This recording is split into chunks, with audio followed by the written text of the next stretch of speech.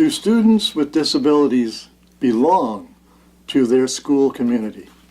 The Oxford English Reference Dictionary defines belonging as a person's membership of and acceptance by a group or society. Are people with disabilities accepted by the society in which they live? I live in the Canadian society and can speak only to that society's acceptance in terms of disability. The track record of Canadian society over time is that persons with disability routinely have not been accepted by that society. At best, they have been and continue to be sidelined by our society as far as we know from visiting many other nations. Lack of belonging for this group of students is an international challenge. A particular example is the Education Society. For many years, the education system has been the vehicle developed to embed young people in our communities. Society takes in every child at a young age. School is where the children in our community become a part of their particular communities. School is where they meet their often lifetime acquaintances. School is where all children learn the mores binding their community together. All children are automatically included, with the exception of one, those with disabilities. The history of the Global Education Society has been one of rejection of those with disability. Only recently in Canada's history have most children with disabilities been accepted at all by the Canadian education system. However, this acceptance has been structured to segregate those with disabilities from their peers. These children have been assigned to segregated schools and classes in a system referred to as special education. The recent change from the special education model to the more progressive and accepting inclusive education model has had a degree of impact on Canadian education society in a number of places, but not in others. Though parts of the Canadian education system have welcomed and embraced students with disabilities in regular schools and classrooms, too many children still are placed in segregated settings. There is no sense of belonging to the community when one is segregated from her or his peers. The result of this situation has been commented on by two people who do not know each other but use the same words to sketch the result of this reality. Pitoniak, an American father, and Snowden, a Canadian researcher, described the future for the majority of these left-out children as living lives of loneliness and isolation within their communities. Those of us at the Marcia Forest Center support change to inclusive education for all. Our experiences promoting inclusive education have proved that it can work to the benefit of all students. One of our projects is Playfair Teams, a voluntary school-based program based on activities involving interested students at the elementary and secondary levels. Guiding the program are one or two interested teachers.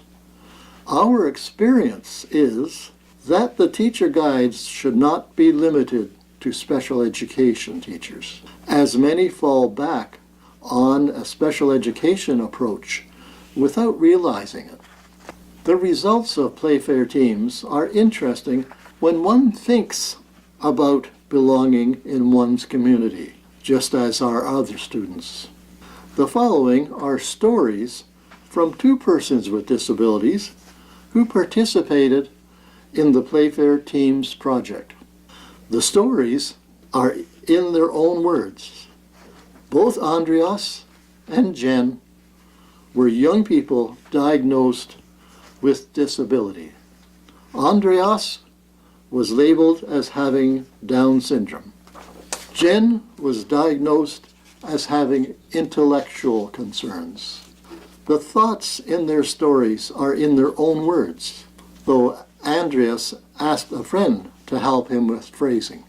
There may be spelling errors and errors in language usage. Andreas's story. I want to share with you part of my life. School. I went to St. Gregory's just to learn, but I didn't have friends. I felt sad and alone. My mom took me under her wing and helped me to figure out high school. My high school was Bishop Allen in Etobicoke, a part of Toronto. First, the staff put me in the green room, a segregated classroom. I felt very frustrated that they made me go there. I was in tears. It wasn't fair being there because I wasn't learning in the green room. They didn't want me to learn. The green room only had lots of flowers, and only students with disabilities were in the green room. It made me feel sad, and I felt like I was not like the other students. I wanted to get out of there, a cry for help to get out. What I did, I talked to the principal. He was a good guy to talk to. He helped me get out of the green room, and I went to regular class with all the other students. When that happened, I felt accepted, and I made friends there. After school, I went to drama club. We put on a school play. We did the song YMCA in the play.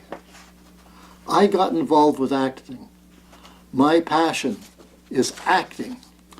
After high school, I went to college. I went to drama school, where I studied plays like Romeo and Juliet. I made more friends at drama school. We had a similar interest in acting. We all went to auditions to be in plays. I got parts for 2 plays and was on the set of the movie called Jewel with Farrah Fawcett. In my life, I am included in many things. I am outside the box. Inside the box is negative and stressful. People are not nice or accepting of other people. When I audition for a play, it is still hard work, a struggle. People sometimes see a label. They see a disability. They see differences. It is the wrong thing to think about. I have learned to overcome the struggle by being in focus. I focus. I focus on my career in acting. I have friends like Paul who encourage me. My mom was really strong. She taught me how to speak out. In my life, we have more similarities than differences. We just want to be treated like a person and offer our talents to the world. We hired Andreas as National Mentor for Disability on the basis of his acting experience. He became a major part of the Marcia Forrest's work initiating school to the concept of Playfair teams. Jen's story. Jen's story has a variety of grammatical errors. As these were part of her voice, these were not corrected. Hi, my name is Jen. I am 23 years old. I went to a Toronto Catholic high school in grade 9.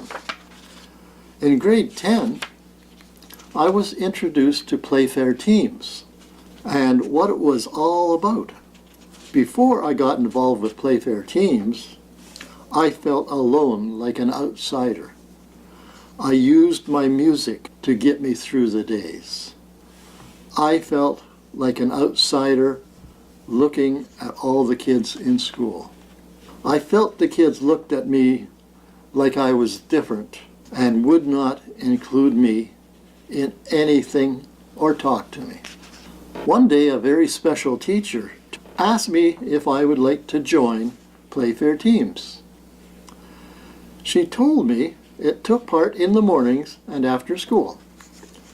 I was very nervous, but she convinced me to try and that it would be great for me. I would meet other kids, take part in school activities. I decided I would do it. That was the best thing I could have done for myself. It opened my eyes to show how bad kids without worse disabilities has it and were treated. It was horrible.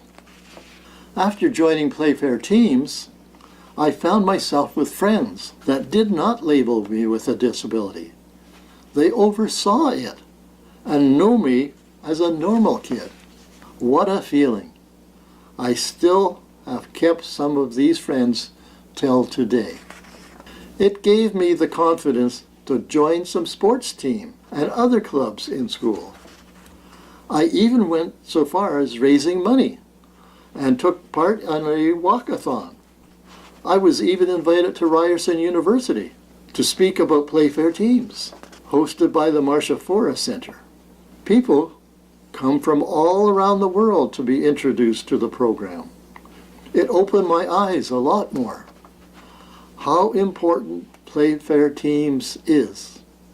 Without Playfair teams, kids would not get a chance to have a close to normal life everyone needs, and to have relationships from teachers.